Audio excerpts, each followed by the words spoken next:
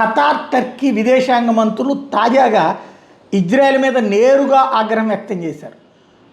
Iran మీద నిందలు వేయడం బదులు ఇజ్రాయెల్ అమెరికా కూటమిని తిట్టిపోశారు. వీళ్ళు ట్రంప్ తాను మరింత ఏకాగ్గా అవుతున్నటువంటి గ్రహించే పరిస్థితి వస్తుంది అంటే రాదు. ఒక్కసారి దిగాక వాళ్ళెవరూ కూడా అందులో వెనక్కిపోయే పరిస్థితి ఉండదు, పోవడానికి అవకాశం లేదు కూడా.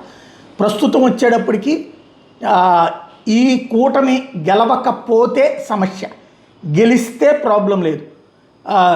ఓడిపోవడం అనే ప్రసక్తి ఉండదు.